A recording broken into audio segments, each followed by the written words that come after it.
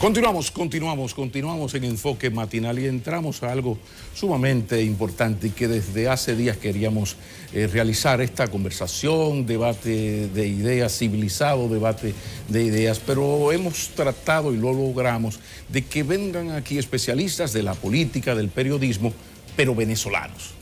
Porque todo esto que está ocurriendo tiene y debe tener como centro al pueblo venezolano. Entonces agradecemos mucho al periodista Oscar Guedes, que está con nosotros, y a Raniero Casoni, que es consultor político. Bienvenidos. Muchas gracias por la invitación. Si podemos utilizar los primeros 30 segundos de cada uno para que nos presente un poquito la hoja de vida. Son venezolanos, viven aquí, viven allá, ¿qué hacen? ¿Dónde están elaborando? Para que los televidentes les conozcan un poquito.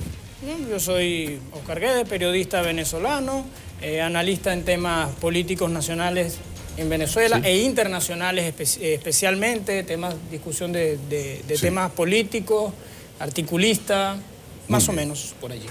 Raniero. Bueno, yo soy Raniero Casoni, consultor político ya con 3 años de residencia en la República Dominicana y en aerolíneas, porque no solo trabajo en la República Dominicana, sino también en otros países. Y, por supuesto, del tema de Venezuela, pues fui un actor político en algún momento, todavía lo soy, porque creo que todos los venezolanos en cualquier lugar de donde estén son un actor fundamental para que Venezuela tenga paz, armonía, desarrollo y progreso.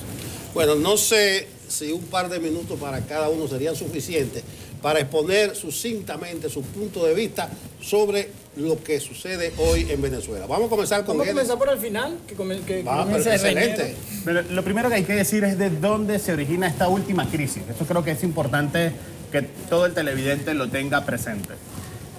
Las elecciones de Nicolás... Sí, decirle, ven para acá porque queremos reiterar que vamos a mantener esta conversación por unos minutos o los minutos que hagan falta, para que haya una perfecta comprensión de lo que está pasando en Venezuela, pero no solamente lo que está pasando en Venezuela, sino cómo se percibe esa realidad en el pueblo venezolano. Les decía al inicio que de lo que se trataba era de eso, de escuchar voces, si son enfrentadas mucho mejor, en un debate civilizado. Perdón por la interrupción, ya el problema técnico ha sido resuelto.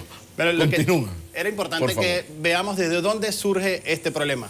En las elecciones del 2013, Nicolás Maduro, Enrique Capriles Radonqui, hubo una elección en la que hubo mucho cuestionamiento.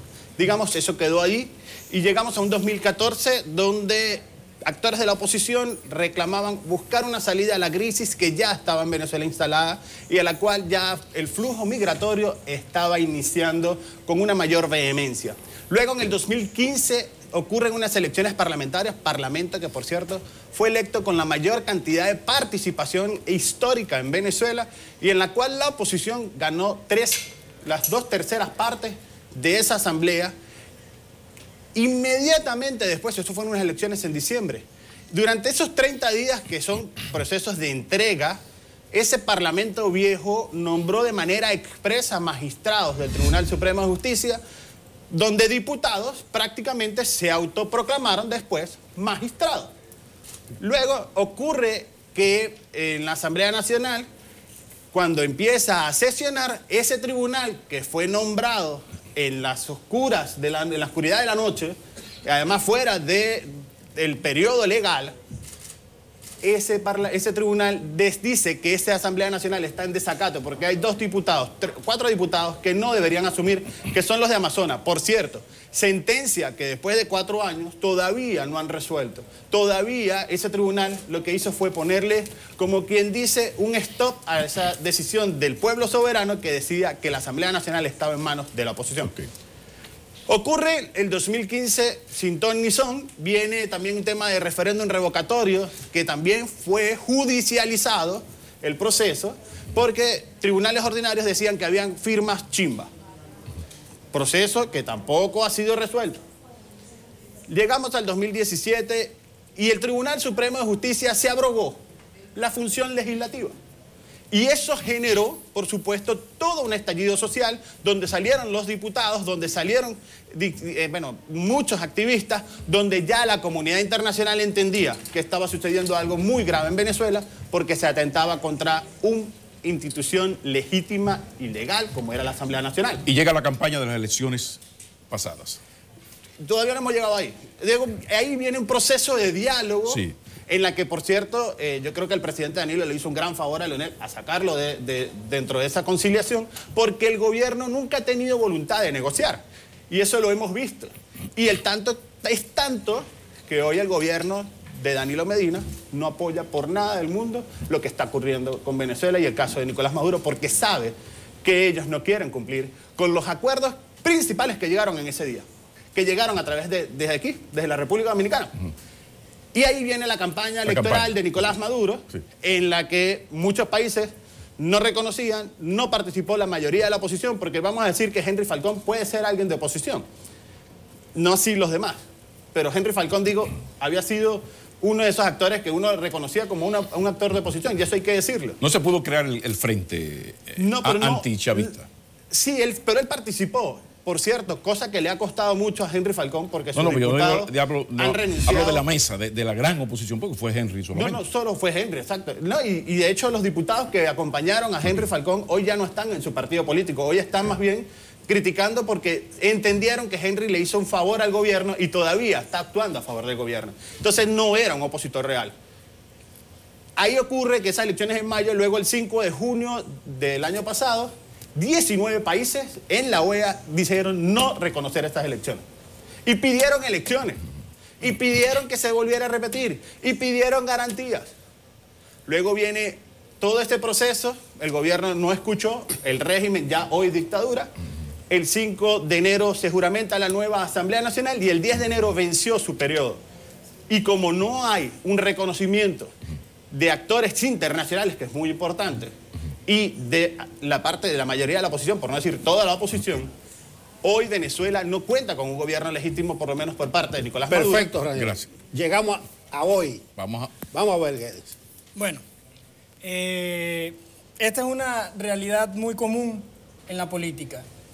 Dos narrativas, dos puntos de vista completamente disímiles sobre los mismos hechos.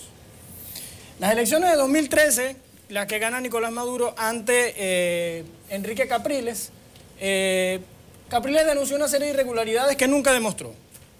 Solicitó una auditoría a la que no asistió.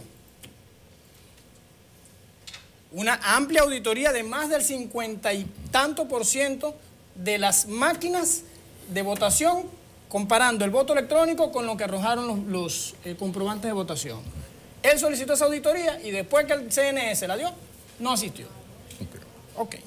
Eso fue en 2013. En 2014, elecciones regionales, gana mayoritariamente el chavismo. La oposición saca una cantidad importante de votos, tanto en 2013 como en 2014. Vienen las elecciones de 2015 y gana la oposición la mayoría de los diputados en la Asamblea Nacional. Qué bueno. Pero es que esas elecciones sí fueron válidas. Por lo menos para la oposición, esas sí son válidas.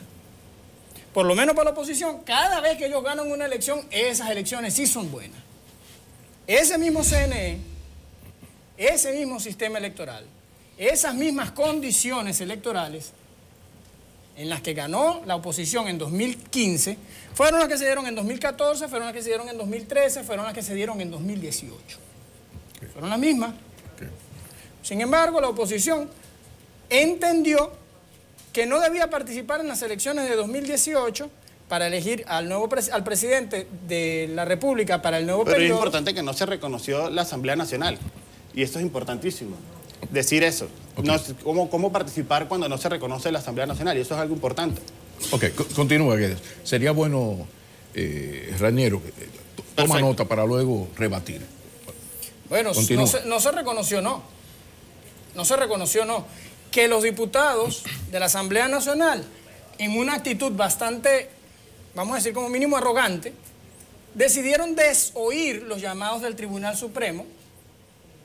Les gustase o no les gustase, era el Tribunal Supremo que estaba en funciones, que les dijo no juramente a estos diputados, ellos fueron y lo juramentaron, y el tribunal Como tribunal que es, ¿qué hace? Lo declara en desacato. Importante, ¿la Constitución le da derecho al tribunal sobre la Asamblea o son poderes diferentes? ¿Qué dice la Constitución venezolana? Son poderes diferentes, pero todos sabemos que las decisiones de los tribunales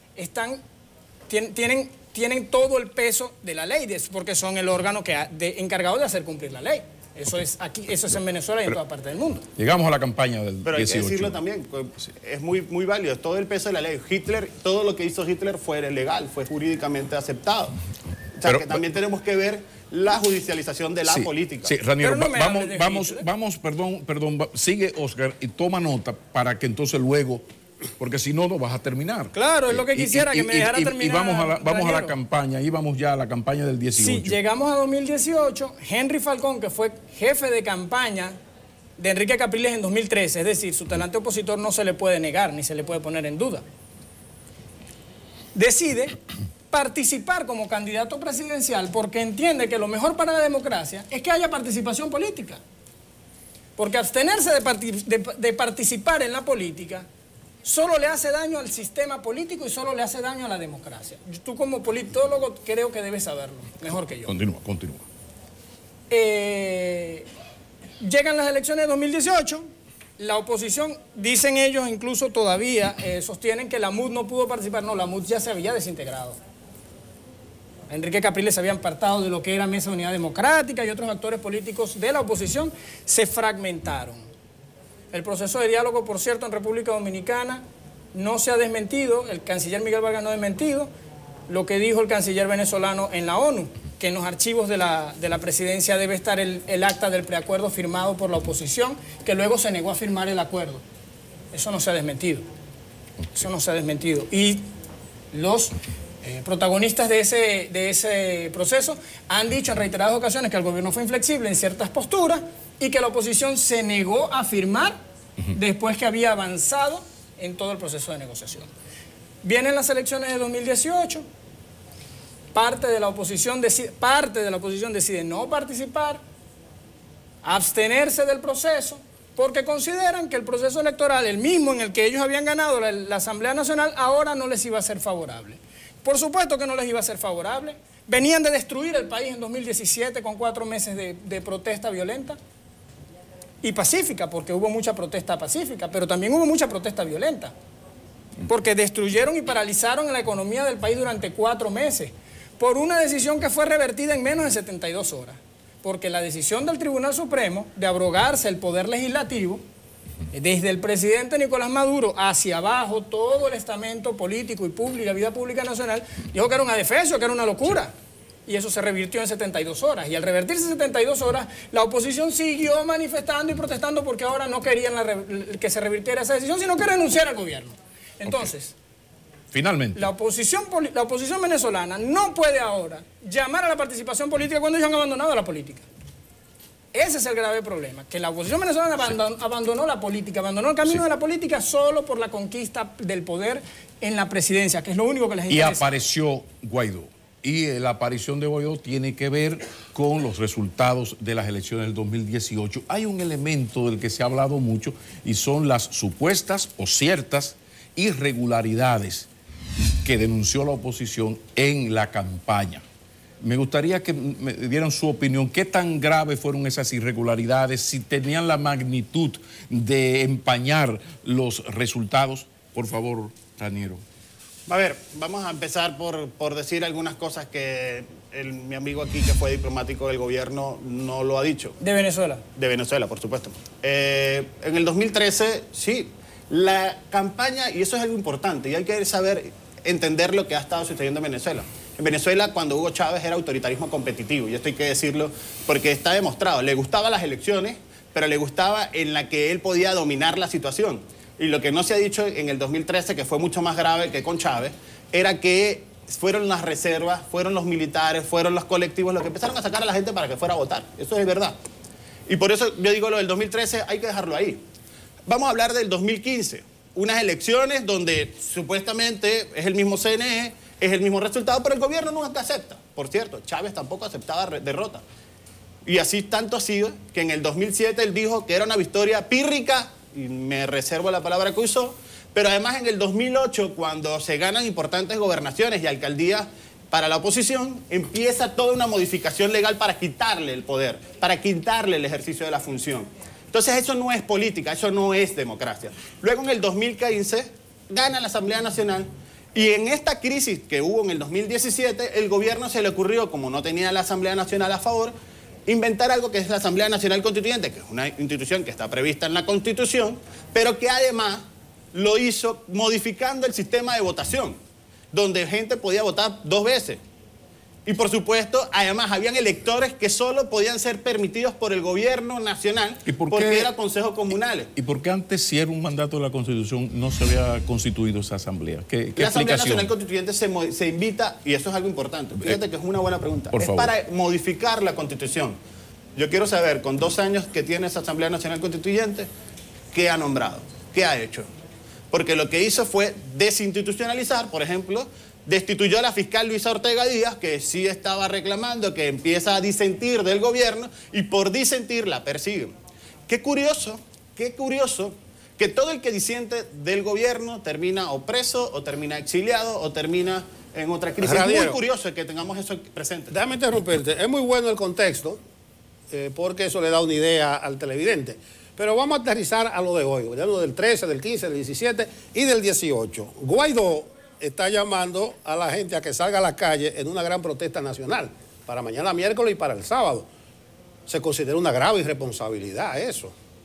¿Cuál es la irresponsabilidad? Que la gente salga a manifestar que no está de acuerdo con la usurpación que tiene hoy el gobierno, que no reconocen los países internacionales. Que salga a la calle a ponerse de carne de cañón de la guardia. Precisamente por eso la convocatoria. Ya en el 17 hubo muchos muertos, ya hubo muchos muertos por medio. Fíjate que acabas de decir algo importante. Tú quieres sangre. Pero fíjate lo importante que acabas de decir. Es una irresponsabilidad llamar a la población a manifestar porque la guardia le va a reprimir. Eso es irresponsable. Claro, ¿No sería más bien que la guardia debe más bien procurar que no haya esa situación? No, estamos hablando del líder. O sea, Guaidó como líder. Sí, Guaidó estuvo al frente del 2017. Ahí hay videos donde pueden ver donde incluso fue, digamos, le dispararon perdigones. Le dispararon a los diputados, digamos, lacrimógenas. Sí. O sea, eso es importante que tengamos sabemos claro. Tu posición y reacción a esto. ¿Qué piensa Oscar de ese llamado de Guaidó a esas manifestaciones en la calle? Miren, lo primero que hay que recordar es quién es Juan Guaidó. Un diputado electo con ¿cuántos votos? 78.000, creo, ¿no? Del Estado Vargas. Segundo quedó en lista. Sí. En un universo de 18 millones de electores. Pero hay que también contarle los votos de todos los diputados, porque no es Guaidó nada más, es toda la Asamblea Nacional que está con él. Asumir el poder ejecutivo ya tú no lo asumes en el nombre de un partido, ya tú lo asumes en un nombre personal. Pero ¿cuántos votos tuvo? No, claro, porque no es la presidencia no está en manos de un hombre. La presidencia está en manos de la institución legislativa que tiene mucho más votos que las que tuvo Maduro en el año pasado. Y mucho más votos de las que tiene la Asamblea Nacional. El llamado a movilización. El llamado, porque la legalidad como diputado de Guaidó no está en discusión. Entonces, el llamado, ¿qué lectura tú le das? La legalidad de que asuma las funciones del Poder Ejecutivo sí que tienen que estar bajo ese es otro tema, no hemos llegado ahí. Estamos en el llamado. A mí no me molesta que se llame a manifestaciones en Venezuela. Lo que hay que tener responsabilidad. Si esos manifestantes se salen de control, como ha pasado antes, como pasó en 2014, cuando atacaron la sede de la Fiscalía General de la República, ¿te recuerdas? Que le incendiaron, que le cayeron a piedra a la Fiscalía. Por cierto, Luisa Ortega, que también en la fiscal dijo que el caso de Leopoldo López fue judicializado, que no fue un tema. Eso lo dice ahora, eso no lo dijo en ese momento. Es verdad, que ahora cuando salen del gobierno. Pero fíjate qué curioso que es que ella dice eso y hoy no puede seguir siendo fiscal. Eso lo dice ahora. Pero ¿por qué no puede ser fiscal? Eso lo dice ahora, porque ya no es fiscal. Tú dices que no es una irresponsabilidad llamar a la calle. Vamos a ver. A mí no me parece una irresponsabilidad. A mí no me parece un acto irresponsable que él llame a manifestarse en la calle. A mí lo que me parece irresponsable es que se autoproclame presidente de la República, él solo, porque sí, porque yo lo decido y porque me parece. Porque ya, además... A ver, ¿cuánto duró el vacío del poder en Venezuela? 13 días. No. ¿Cuándo declararon que Nicolás había abandonado el cargo? Del año pasado. O sea, la oposición da un paso para asaltar el Poder Ejecutivo, porque es el asalto al Poder Ejecutivo, porque eso no tiene otro nombre, ya lo hicieron en 2002 juramentando a Carmona, lo dan luego en el 17, ¿fue? Fíjate qué importante lo que acabas de decir. Fue en el 17, la declaración de abandono. Fíjate lo importante de lo que acabas de decir, que yo quiero aprovechar por lo que pero es te justo pregunto, lo que estás diciendo. No, pero déjame hablar porque es mi idea, ya tú hablaste. Sí, No, pero ¿qué me estás preguntando? Yo te estoy preguntando una cosa y me respondes otra. Desarrolla. Si fue en 2017, creo que fue en 2017, que la oposición, que la Asamblea declara que el presidente de la República, en pleno ejercicio de funciones, abandonó el cargo, según ellos, entonces tampoco tomaron las medidas. Es decir, hay una serie de disparatismo político dentro de la oposición y desde la Asamblea Nacional que no se concreta si no es con el apoyo de los Estados Unidos y la amenaza militar que lanzó ayer John Bolton. Si no es así, la oposición venezolana sigue en su disparatismo político, en su enfrentamiento interno. Tú dices que a Falcón le hizo daño el haber sido candidato. Para terminar de concretar. Tú me dices que a Falcón le hizo daño el haber sido candidato presidencial. Por supuesto que le hace daño. Si la oposición misma no puede conseguir a un político con una concepción un poco democrática y centrada, porque ellos mismos lo destruyen. Okay. No puede haber democracia y no hay democracia cuando no hay respeto a las instituciones. Eso tenemos que estar claros todos. Segundo, hay que estar muy claro en lo que está ocurriendo hoy en Venezuela. Hoy Juan Guaidó es presidente encargado de Venezuela porque se le venció el periodo legal o constitucional que tenía Nicolás Maduro. Eso de encargado, eso no existe. Sí, sí existe. No hay que leerse el artículo 233 de la Constitución. Lo tenemos aquí, te lo puedo leer. En caso de que falta el presidente... Y no hay presidente porque no hubo elecciones legales. Por muerte, no hubo elecciones porque legítimas. se vuelva loco o porque lo destituya. En 1994... La figura del presidente encargado no existe. Eso no existe. Eso también hay que decirlo. O sea, hay que ver. O es que aquí, en el 94, hubo un pacto que ocurrió por una negociación donde hubo actores que sí querían negociar para que hubiese elecciones 2 años después. Eso existió porque hubo fraude de por medio. Pero aquí no ha querido haber negociación. Si hubiese negociación, estuviéramos en otra situación. Yo le quiero hablar además a todo el pueblo venezolano en este momento. Perdón. Y sobre todo el pueblo venezolano que está aquí en República Dominicana. Lo que está ocurriendo hoy es una precaria de presidencia Juan Guaidó a través de la Asamblea Nacional, pero hay que estar muy claro en las condiciones en las que estamos. El poder militar hoy secuestrado prácticamente solo responde en alguna parte a Nicolás Maduro, porque hay que decirlo, muchos de esos tenientes coroneles, muchos de esos oficiales y suboficiales se han ido fugados del país porque no les han querido dar la baja porque están pasando hambre. Esa situación, por supuesto, es una situación difícil, donde hoy, la verdad, tenemos una complicación muy fuerte al tener 2 presidentes, uno usurpador y uno que está cumpliendo la Constitución. A ellos hay que ser muy franco y los pasos tienen que ser muy bien dados. Hoy la verdad es que Venezuela es una crisis mundial. Hoy es verdad que la migración está afectando a las economías de Colombia y Brasil, que son los socios comerciales más importantes, y Estados Unidos, que son los socios comerciales más importantes. Hoy los socios comerciales más importantes de Venezuela reconocen a Juan Guaidó. Pero esto va a llevar su tiempo. Va a llevar su tiempo en la medida que todos los militares lean esta ley de amnistía. Esta ley de amnistía que permite, por cierto, Oscar, aquí te dejo la tuya. No te preocupes, yo la imprimí. Es muy importante. Eso hay que leerlo. Es muy importante porque eso es lo que va a construir el cese de la usurpación, el gobierno de transición, para caminar a unas elecciones libres y verdaderamente democráticas. Gracias, por cierto, Mujica también está llamando elecciones en Venezuela. Que precisamente creo que es importante que se toque el tema de los militares porque desde el inicio yo dije que en el centro de todo esto está que apareciese o no apareciese el Pinochet. Hasta este momento no se ha logrado que ni el jefe ni alguien importante en las Fuerzas Armadas se haya cambiado de bando. Ahora, hay algo que está muy por encima de Maduro y mucho más por encima de Guaidó, de Trump, de Putin y la María Santísima, que es el pueblo venezolano. Y aquí hay un asunto. Las condiciones están dadas para un baño de sangre. Yo le decía fuera del aire, yo le decía fuera del aire que en España hubo una guerra en el 36 y todavía se están matando y están llorando sus muertos. Entonces, yo quiero llevarlo a ustedes a acercarlos. Hay la posición del Papa, dice, si me buscan yo acepto, pero aquí lo importante es el pueblo venezolano y que no se derrame sangre. Está la posición de Mujica, que plantea un proceso electoral, pero con la supervisión de, no de la ONU, sino del Consejo de Seguridad de la ONU, donde está China y Rusia para equilibrar, porque el mismo presidente Mujica resumió algo simple. Los norteamericanos, la derecha norteamericana no puede aceptar, fuera la ley, fuera lo otro, no puede aceptar que las riquezas venezolanas estén bajo la influencia China y Rusia. Ok, eso se puede discutir. El asunto está que en el medio de esto está el pueblo venezolano al borde de una guerra civil. ¿Cuál sería la propuesta que ustedes tendrían para lograr cierto acercamiento? Yo sé que los dos están segurísimos de su verdad. Ustedes tienen su verdad. Ahora, ¿de qué manera, pensando en el pueblo venezolano, ustedes creen que se puede acercar esto? Por favor. Mira. Oscar. Hubo un montón de cosas que decía ahora Raniero que a mí me habría gustado aclarar, pero que yo sé que por cuestiones de tiempo no vamos a poder aclarar. El tema de la ley de amnistía propuesta por Juan Guaidó hacia los militares, a mí me parece que llega, que como decimos en Venezuela, tarde piaste.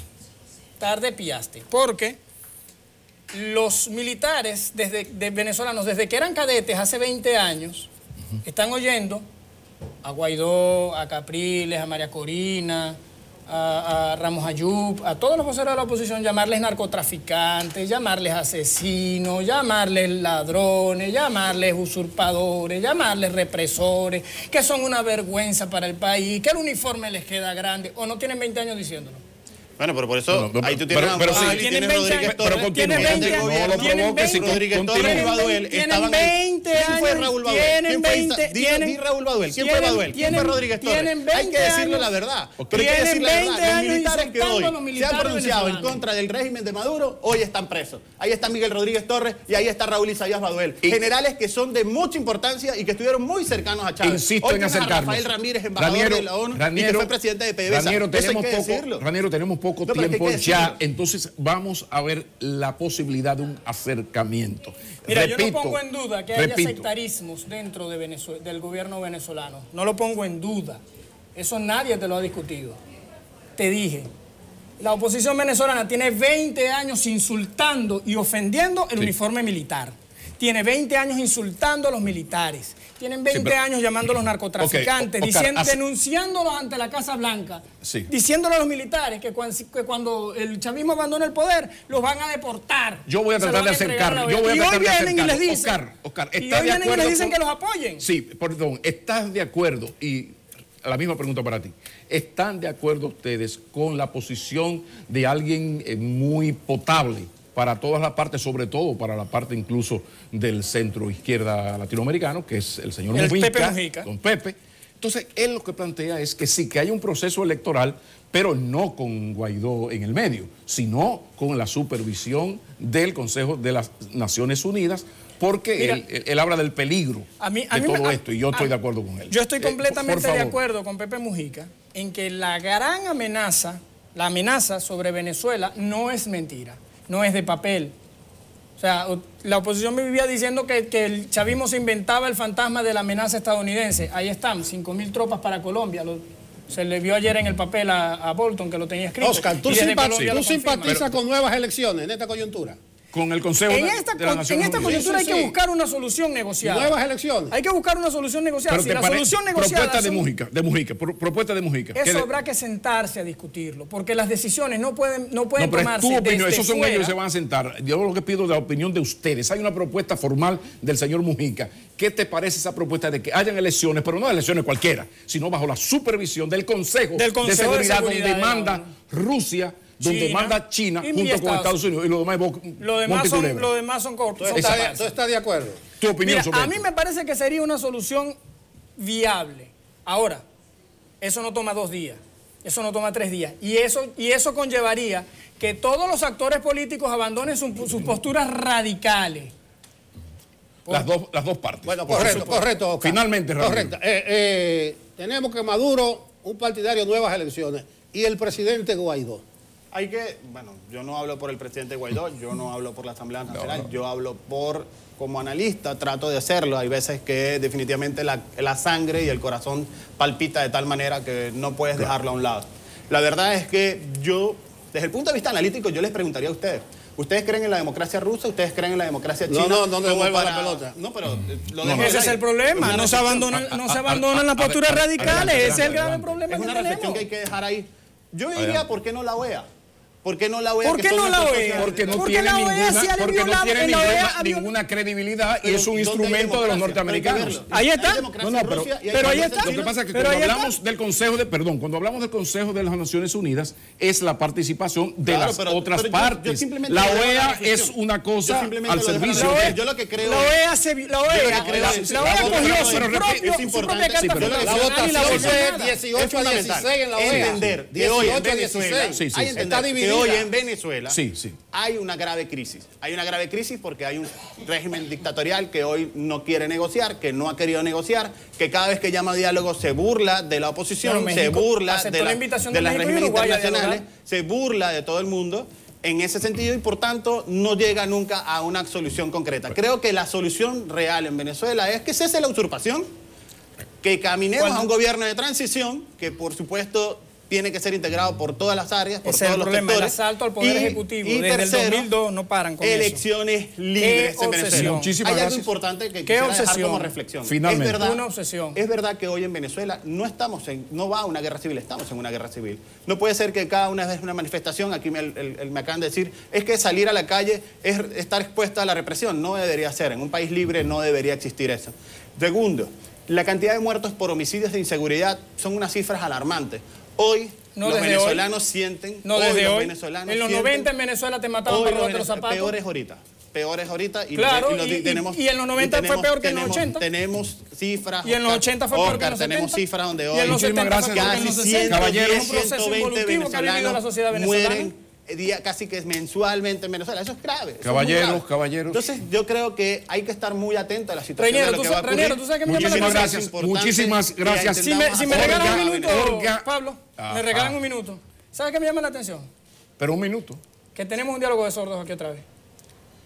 El diálogo de sordos está porque no queremos reconocer lo que está ocurriendo en Venezuela. Hoy la única institución legítima es la Asamblea Nacional. Otra vez estás hablando. Gracias. Pero es que es así. Gracias. Otra vez estás hablando. Gracias, es que gracias. No oyes. Gracias, Oscar. Gracias, Oscar. Gracias. Es que no oyes. Señores, ven para acá que era inevitable. Esto... son dos caballeros, pero lo cierto es que la situación de Venezuela, quizás por eso es que uno insiste tanto. Imagínense el nivel de confrontación que hay en Venezuela, que dos señores muy bien educados, muy correctos, caballeros y amigos, fíjense el nivel de contradicción. Queda en el aire la propuesta que uno ha hecho suya del presidente Mujica de unas elecciones supervisadas no por la OEA ni por la ONU en sentido general, sino por el Consejo de Seguridad de las Naciones Unidas, donde están las partes que en verdad son las últimas, responsables últimos de todo lo que está pasando, porque en el centro, es una opinión muy personal, de los problemas venezolanos, está el control de las riquezas venezolanas, o por los Estados Unidos, o por China y por Rusia. Muchísimas gracias, señores. Y también importante. Por favor, donde manda capitán, no manda soldado. Pero que los cubanos tienen una invasión. Lo que pasa es que eso decía Kissinger. No me ponga ese tema porque eso decía Kissinger cuando quedémonos con Rusia, quedémonos con Rusia y con China y con los norteamericanos de un lado. Muchísimas gracias, volveremos a encontrarnos. Continúen, Jorge Martínez. Continúen.